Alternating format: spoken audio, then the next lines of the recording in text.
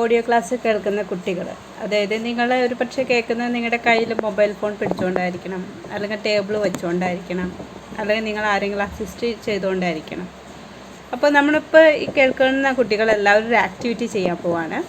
നമ്മൾ ഈ mobile phone ഇപ്പോൾ നിങ്ങൾ കയ്യിൽ പിടിച്ചിരിക്കുക വെച്ചാൽ അത് നിങ്ങൾ ടേബിളിൽ വയ്ക്കുക, അല്ലെങ്കിൽ തറയിൽ വയ്ക്കുക. അപ്പോൾ എല്ലാവരും സ്വന്തം ടേബിളിൽ അല്ലെങ്കിൽ തറയിൽ മൊബൈൽ ഫോൺ അങ്ങ് വയ്ക്കുക.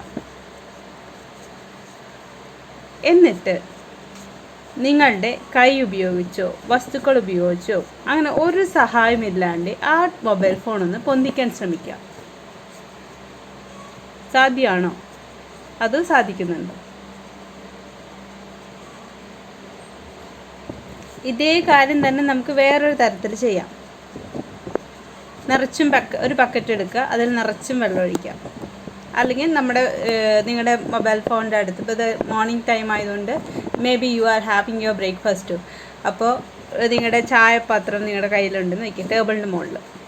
എന്നിട്ട് ആ ചായ തൊടാണ്ട് നിങ്ങൾക്ക് ചായ കുടിക്കാൻ പറ്റുമോ? മീൻസ് സ്ട്രോ ഒന്നും യൂസ് ചെയ്യാണ്ട് കപ്പ് ആ ഗ്ലാസ്സിന് നിങ്ങൾക്ക് പൊന്തിക്കാൻ പറ്റും?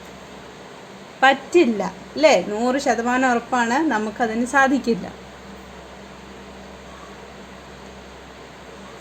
അപ്പോൾ എന്താണ് ഇതെന്ന് മനസ്സിലായത്? ഒരു ഫോഴ്സ് നമ്മളൊരു വസ്തുവിൽ അപ്ലൈ ചെയ്യണമെങ്കിൽ our body has to be in contact with this object, right? Yes, our body has to be in contact with the object. ഇപ്പോൾ തറയിൽ വെച്ചിരിക്കുന്ന മൊബൈൽ ഫോൺ എടുക്കണമെങ്കിൽ നമ്മുടെ കൈകളുടെ രണ്ടിൻ്റെയും സഹായം ആവശ്യമാണ്. ബക്കറ്റ് എടുക്കുന്നെങ്കിൽ നമ്മുടെ കൈൻ്റെ സഹായം ആവശ്യമാണ്. ഇപ്പം നമ്മുടെ ചായ കുടിക്കുന്ന പാത്രം, അതായത് നമ്മുടെ ചായ ഗ്ലാസ് പിടിക്കണമെങ്കിൽ നമ്മുടെ കൈയുടെ സഹായം ആവശ്യമാണ്, അല്ലേ?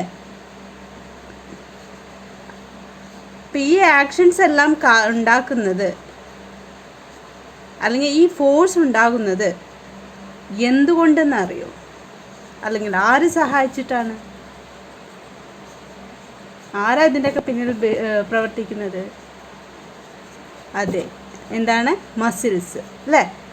It is caused by the action of muscles. നമ്മുടെ ശരീരത്തിലുള്ള മസിൽസുകളുടെ സഹായം കൊണ്ടാണ് നമുക്ക് ഈ ഫോഴ്സൊക്കെ ചെയ്യാൻ പറ്റുന്നത്.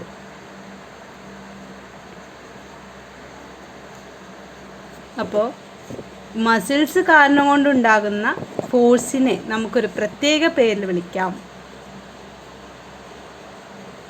ആ ഫോഴ്സിൻ്റെ പേരാണ് മസ്കുലാർ ഫോഴ്സ്. മസ്കുലാർ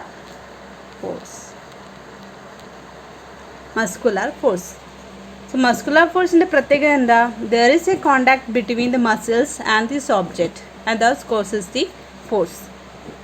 അങ്ങനെ മസിൽസും അതേപോലെ ഒബ്ജക്റ്റും തമ്മിൽ കോണ്ടാക്റ്റ് ഉണ്ടെങ്കിൽ അത്തരത്തിലുള്ള ഫോഴ്സിനെ നമുക്ക് കോമൺ ആയിട്ട് വിളിക്കാം കോണ്ടാക്ട് ഫോഴ്സസ്. എന്താണ്? Contact forces. ഇപ്പോൾ കോണ്ടാക്ട് ഫോഴ്സിൻ്റെ ഒരു ഉദാഹരണമാണ് മസ്കുലാർ ഫോഴ്സസ്. ഇപ്പോൾ കോണ്ടാക്ട് ഫോഴ്സ് ഉണ്ടാവണമെങ്കിൽ എന്ത് വേണം? സർഫസുകൾ തമ്മിൽ ബന്ധം ഉണ്ടാവണം, അല്ലേ? Surface need to be, they should be in action. There should be contact of the surfaces. In the case of muscular force, there are muscles of our body are in contact with this object. That's why we can take our mobile phone from our table.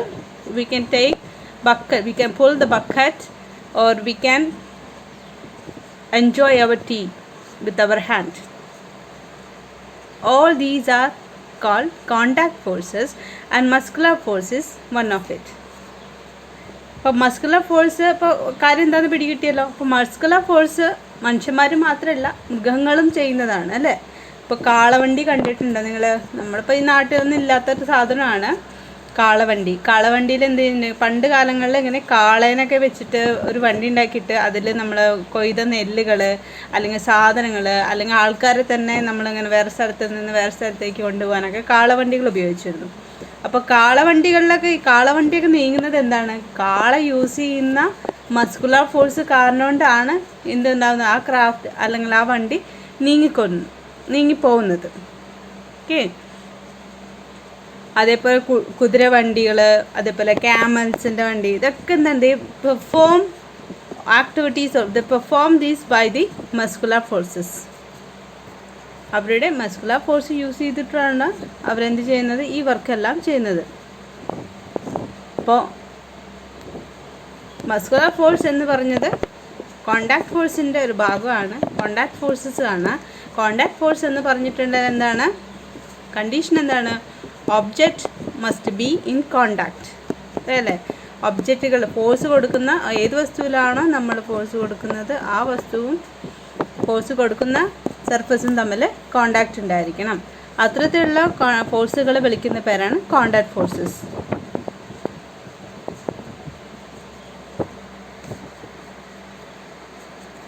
അതേപോലെ തന്നെ ഉള്ള വേറൊരു ഫോഴ്സാണ് non contact forces. Non contact forces എന്ന് പറഞ്ഞിട്ടുണ്ടെങ്കിൽ ഈ non എന്ന ടേമിന് ഒരു പ്രത്യേകത ഉണ്ട് അല്ലേ? കോണ്ടാക്ട് ഫോഴ്സിൻ്റെ ഓപ്പോസിറ്റ് ആയിരിക്കും. അവിടെ എന്തുണ്ടാവില്ല, വസ്തുക്കൾ തമ്മിൽ പരസ്പരം ടച്ച് ചെയ്യണമെന്നില്ല, കോണ്ടാക്ട് ചെയ്യണമെന്നില്ല. അങ്ങനത്തെ വല്ല ഫോഴ്സുകൾ സാധ്യമുണ്ടോ? കോണ്ടാക്ട് ചെയ്യാതെ അട്രാക്ട് ചെയ്യുന്നത്, കോണ്ടാക്ട് ചെയ്യാതെ ഫോഴ്സ് എക്സ്പീരിയൻസ് ചെയ്യുന്നത് വല്ലതുണ്ടോ? ഒന്ന് ആലോചിച്ച് നോക്കൂ. കാന്തം കൊണ്ട് കളിച്ചിട്ടില്ല കുട്ടികളെ? കാന്തം എന്ന് പറഞ്ഞാൽ മാഗ്നറ്റ് കൊണ്ട് കളിക്കാത്തവരാരും ഉണ്ടാവില്ല. പ്രത്യേകിച്ച് 8ാം ക്ലാസ്സിലെ പ്രായക്കാരാണെങ്കിൽ പ്രത്യേകിച്ച് അവർ കളിച്ചിട്ടുണ്ടായിരിക്കണം. അപ്പോൾ ഈ കാന്തത്തിൻ്റെ പ്രത്യേകത എന്താണ്? ചില വസ്തുക്കൾ അത് അട്രാക്റ്റ് ചെയ്യുന്നു, ചിലതിനെ റിപ്പൽ ചെയ്യുന്നു, അല്ലേ?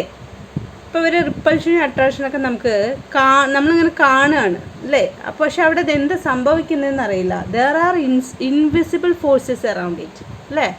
ആ കാന്തത്തിന് ചുറ്റും ഇൻവിസിബിൾ ആയിട്ടുള്ള ഒരു ഫോഴ്സ് ഉണ്ട്. അതുകൊണ്ടാണ് അത് വസ്തുക്കളെ അങ്ങോട്ട് അട്രാക്റ്റ് ചെയ്യുന്നതും അല്ലെങ്കിൽ റിപ്പൽ ചെയ്യുന്നതും. അപ്പോൾ അവിടെ എന്തുണ്ടാകുന്നില്ല, കോണ്ടാക്റ്റ് ഉണ്ടാകുന്നില്ല. വസ്തുക്കൾ തമ്മിൽ കോണ്ടാക്റ്റ് ചെയ്യാതെ തന്നെ അവിടെ അട്രാക്റ്റ് ചെയ്യുന്നത്.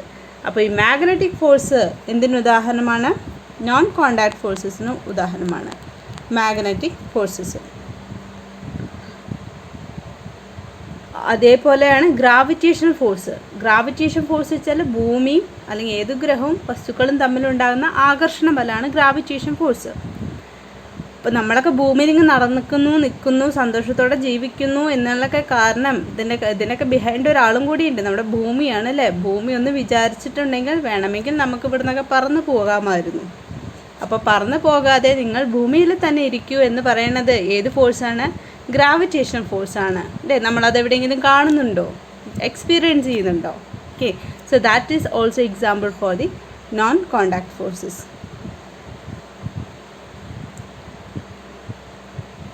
And another one is electrostatic forces.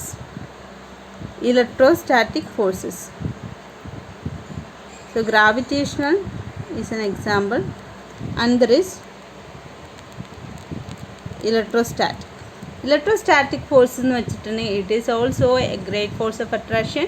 You can experience or you can do an activity at your home itself. Take a pen and you should have shampoo your hair. നിങ്ങളുടെ മുടിയിൽ എണ്ണ ഒന്നും പാടില്ല കേട്ടോ. ആ ടൈമിൽ നിങ്ങൾ എന്ത് ചെയ്യണം, ഈ പേന എടുത്തിട്ട് നന്നായിട്ട് മുടിയിൽ നന്നായിട്ട് ഉരയ്ക്കുക. എന്നിട്ട് കുറച്ച് ബിറ്റ്സ് ഓഫ് പേപ്പർ, കുറച്ച് ചെറിയ പേപ്പർ കഷ്ണങ്ങൾ നല്ല കഷ്ണമാക്കിയിട്ട് ടേബിളിൽ വെതറാം. എന്നിട്ട് ഈ പേന എടുത്തുകൊണ്ട് ഈ ടേബിളിലേക്ക് വന്നിട്ടുണ്ടെങ്കിൽ നിങ്ങൾക്കൊരു കാര്യം കാണാൻ പറ്റും. അത് ചെയ്തു നോക്കുക. അപ്പോൾ എന്താണ് അവിടെ സംഭവിക്കണമെന്ന് മനസ്സിലാകും. അതുകൊണ്ട് ഞാൻ അത് കാര്യം പറയുന്നില്ല, എന്താണ് അവിടെ സംഭവിക്കുന്നത്. അപ്പോൾ ഈ പേപ്പറും അതേപോലെ നമ്മൾ ഉപയോഗിച്ച പേനയും തമ്മിലൊരു അട്രാക്ഷൻ കാണാൻ പറ്റും. ഓക്കെ, അട്രാക്ഷൻ ഉണ്ട്. ആ തരത്തിലുള്ള ഫോഴ്സിന് പറയുന്ന പേരാണ് ഇലക്ട്രോസ്റ്റാറ്റിക് ഫോഴ്സസ്. ഇതാണ് electrostatic forces. So electrostatic forces is also example for the non contact forces. Non contact ഫോഴ്സസിനെ നമുക്ക് 8ാം സ്റ്റാൻഡേർഡ് പ്രകാരം ഇത്ര കാര്യങ്ങൾ അറിഞ്ഞാൽ മതി, ഡീറ്റെയിൽ ആയിട്ട് പോകുന്നും വേണ്ട. അതേസമയം കോണ്ടാക്ട് ഫോഴ്സസിൻ്റെ കാര്യം അറിഞ്ഞിരിക്കുക. എന്താണ് കോണ്ടാക്ട് ഫോഴ്സസ് എന്നുള്ളത്? മസ്കുലർ ഫോഴ്സ് കോണ്ടാക്ട് ഫോഴ്സാണ്. നോൺ കോണ്ടാക്ട് ഫോഴ്സസിന് എക്സാമ്പിൾസ് തന്നിട്ടുണ്ട്, അത് മനസ്സിലാക്കുക. അതേപോലെ തന്നെ ആക്ടിവിറ്റീസ്, പല ആക്ടിവിറ്റീസുകളും ഞാൻ തന്നിട്ടുണ്ട്. ആ ആക്ടിവിറ്റീസുകൾ വീട്ടിൽ തന്നെ ഇരുന്ന് ചെയ്യുക. ഇപ്പോൾ ചെയ്യാനൊക്കെ പറ്റുന്ന സമയമാണ്. അപ്പോൾ ആക്ടിവിറ്റീസുകൾ ചെയ്ത് കഴിഞ്ഞിട്ടുണ്ടെങ്കിൽ you can determine whether force is contact forces or non contact forces.